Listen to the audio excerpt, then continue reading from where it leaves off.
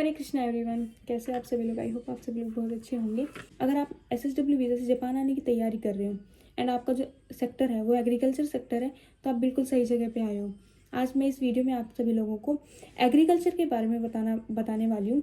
SSW visa में जो agriculture sector है वो क्या है, इस वीज़ा में सैलरी कितनी मिलती है, SSW एग्रीकल्चर का जापान में काम किस टाइप का होता है, SSW एग्रीकल्चर के एग्ज़ाम को पास करना इजी है या फिर हार्ड है, एंड SSW एग्रीकल्चर की जॉब फ्यूचर के लिए सिक्योर है या नहीं। ये टॉपिक्स हम इस वीडियो में आज कवर करेंगे। सो वीडियो को एंड तक ज़रूर देखना, होप ये आपके लिए हेल्पफुल होगी। सबसे पहले हम बात करेंगे कि SSW एग्रीकल्चर है क्या। SSW एग्रीकल्चर जैसे हमारे SSW वीज़ा पे जापान आने के लिए एक सेक्टर है, जैसे काइगो है ना, और ये कंस्ट्रक्शन के लिए है, अकोमोडेशन के लिए, ऐसे ही एक एग्रीकल्चर सेक्टर है।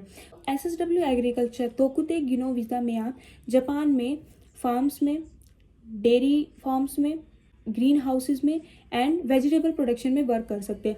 ये इसमें दो टाइप की कैटेगरीज होती है। फर्स्ट है हमारे पास क्रॉप फार्मिंग, इसमें लाइक वेजिटेबल्स की फार्मिंग होती है, राइस की फार्मिंग होती है, उसका काम होता है। सेकंड होता है हमारे पास livestock farming. Livestock farming में जो डेयरी का काम होता है ना, जो गाय भैंस की डेयरीज होती है उनमें वर्क होता है। सबसे पहले हम बात करेंगे कि जापान में जो SSW एग्रीकल्चर है उस जॉब की डिमांड कितनी है। तो मैंने लास्ट वीडियो में भी बताया था कि जापान की जो पॉपुलेशन है वो 70% ओल्ड एज पीपल है एंड 30% यंग के लोग हैं, और जो बच्चे हैं उसमें भी आते हैं। तो इसमें क्या है कि जैसे जैसे जापान की पॉपुलेशन ओल्ड एज लोगों से बढ़ती जा रही है, जो यंग लोग हैं वो फार्मिंग को इतना पसंद नहीं कर रहे हैं आजकल को। आपको जापान की लाइफ के बारे में भी थोड़ा बहुत पता होगा कि लोग साफ सुथरा रहना पसंद करते हैं। वो फार्मिंग का काम इतना लोगों को ज़्यादा पसंद नहीं है, अपने शौक के लिए छोटा मोटा लोग करते हैं, गार्डनिंग करते हैं, गार्डनिंग करना पसंद होता है। तो इसीलिए जापान में एग्रीकल्चर सेक्टर्स में भी जॉब की डिमांड्स आजकल बहुत ज़्यादा हो रही है।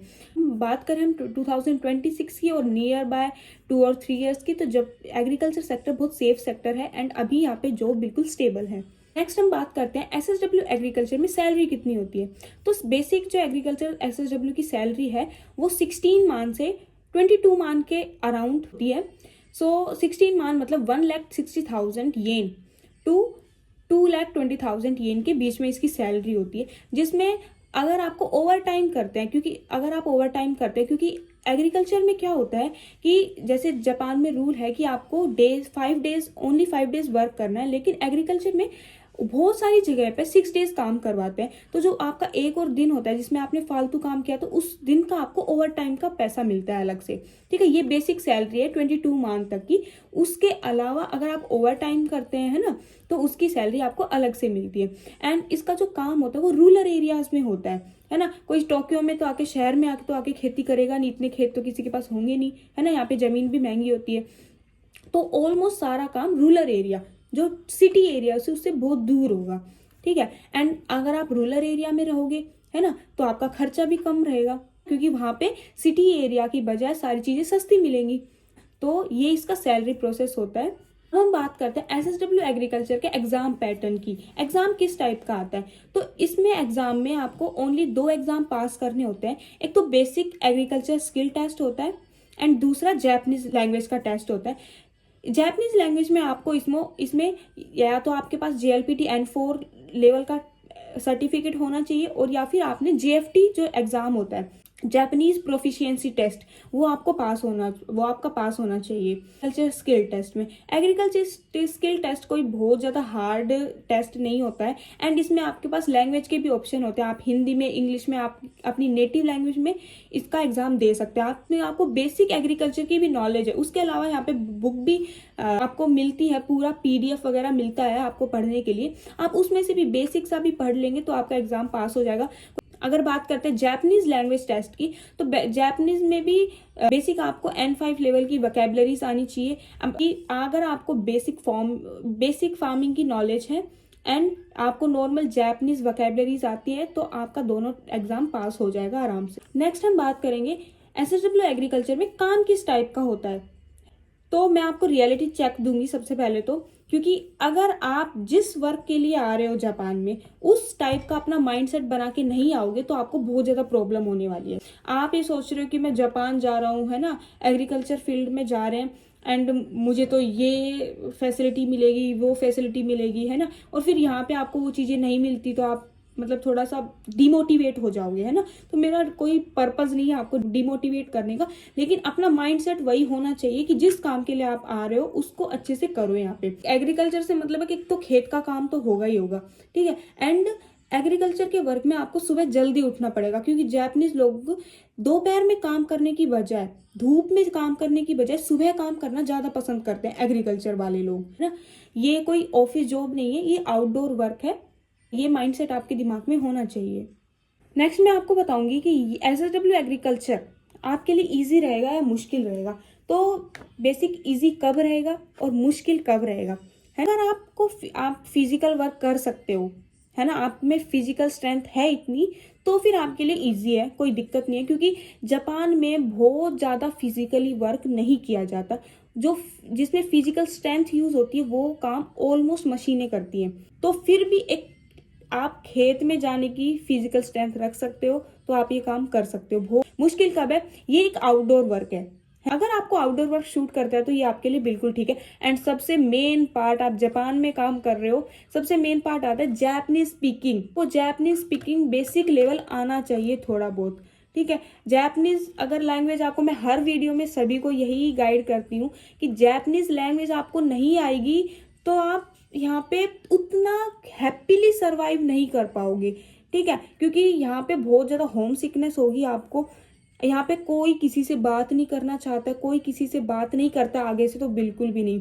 अगर आपका भी मन करेगा बात करने का तो जापानीज लोगों से ही आपको बात करनी पड़ेगी, वो भी जापानीज लैंग्वेज में। तो जापानीज स्पीकिंग होनी चाहिए, बिना जापानीज आप बहुत ज़्यादा परेशान हो जाओगे। मैं आपको डरा नहीं रही हूँ, लेकिन ये बहुत ज़्यादा ज़रूरी है, जापान में जापानीज आनी चाहिए आपको। नेक्स्ट टॉपिक है हमारा कि आपकी स्टडीज़ कितनी होनी चाहिए। ये क्वेश्चन सब पूछते हैं। एग्रीकल्चर में आने के लिए आप ओनली 10th पास होनी चाहिए। आपने 10th पास किया हुआ, कोई डिप्लोमा किया हुआ है, आप 10th 12th पास हो, ठीक है, उनके लिए। लेकिन बेसिक आपकी 10th पास होनी चाहिए, ठीक है। उसके बाद, क्योंकि ये स्किल सेक्टर है, ठीक है, इसमें आपके पास स्किल्स होनी चाहिए तो आपको काम मिल जाएगा। हम बात करेंगे कि एसएसडब्ल्यू एग्रीकल्चर का जो सेक्टर है वो 2026 और अभी के लिए सेफ है या नहीं है, और फ्यूचर के लिए सेफ है या नहीं है। तो बेसिक जैसे कि अभी के लिए अगर हम बात करें तो इस सेक्टर में लाइक डिमांड बहुत अच्छी है, अभी बहुत सिक्योर सेक्टर माना जाता है ये एग्रीकल्चर का। लेकिन जैसे मैं बात करती हूँ काइगो की, तो काइगो जितनी डिमांड किसी में नहीं है, काइगो में सबसे ज़्यादा डिमांड है। काइगो में अगर आप आते हो, एक वर्क प्लेस अगर आपको पसंद नहीं आता तो एसएसडब्ल्यू में आप कभी भी अपना वर्क प्लेस चेंज कर सकते हो, तो उसके लिए आपको लोकेशंस बहुत ज़्यादा मिल जाएंगी। लेकिन एग्रीकल्चर सेक्टर भी बहुत ज़्यादा सेफ सेक्टर माना जाता है अभी, ठीक है। और अगर आपको लॉन्ग टर्म जापान में रहना है तो बेसिक अगर आपको ये है कि मैं मुझे जापान में ही रहना है, तो एक बार जापान की एंट्री के लिए एग्रीकल्चर सेक्टर भी बहुत सेफ है। यहाँ पे आपको बहुत आसानी से जॉब मिल जाएगी अगर आप पढ़े लिखे नहीं हो तो। कम आप 10th पास हो, 12th पास हो, है ना। अगर आपकी स्टडीज अपर लेवल की नहीं हुई है तो एग्रीकल्चर में आप यहाँ पे आ सकते हो। उसके अलावा यहाँ पे एग्रीकल्चर फील्ड में आके आप जापान में एंटर कर गए, उसके बाद आप अपनी स्किल्स बढ़ा सकते हो। यहाँ पे वर्क के साथ भी आप कुछ और चीज़ें सीख सकते हो, है ना। आजकल ऑनलाइन बहुत सारे कोर्सेज आते हैं, कुछ और सीख के आप अपना किसी और फील्ड में जापानीज लेवल को अपग्रेड करके किसी और फील्ड में वर्क कर सकते हो।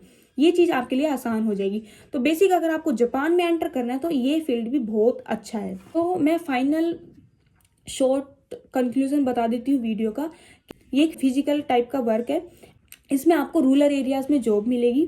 अगर आप ओवर टाइम करके बहुत सारी सेविंग्स करना चाहते हैं, क्योंकि रूरल एरिया में उतना खर्चा नहीं होता है, सेविंग्स करने के लिए ये अच्छा बहुत ठीक सेक्टर है। इसके अलावा जो अभी अभी मैंने आपको बताया कि अगर आप बिगनर्स हो, है ना, आपने ग्रेजुएशन भी नहीं की हुई है ना, आप अपनी स्किल्स अपग्रेड करना चाहते हो, जापान में एंटर करना चाहते हो, उसके लिए बेस्ट ऑप्शन। तो बस मैं आपको लास्ट में यही बोलना चाहूंगी कि ये कोई लग्जरी जॉब नहीं है। जैसे मैंने आपको बताया स्टार्टिंग से, एग्रीकल्चर की जॉब है, आपको खेत में काम करना पड़ेगा, ग्रीन हाउसेस में काम करना पड़ेगा, है ना, एनिमल्स के साथ काम करना पड़ेगा। लेकिन अगर आपको वही है कि जापान में एंटर करना है तो ये सेफ सेक्टर है। आप 1 साल काम करो, 2 साल काम करो, उसके बाद आप अपनी जॉब चेंज कर सकते हो।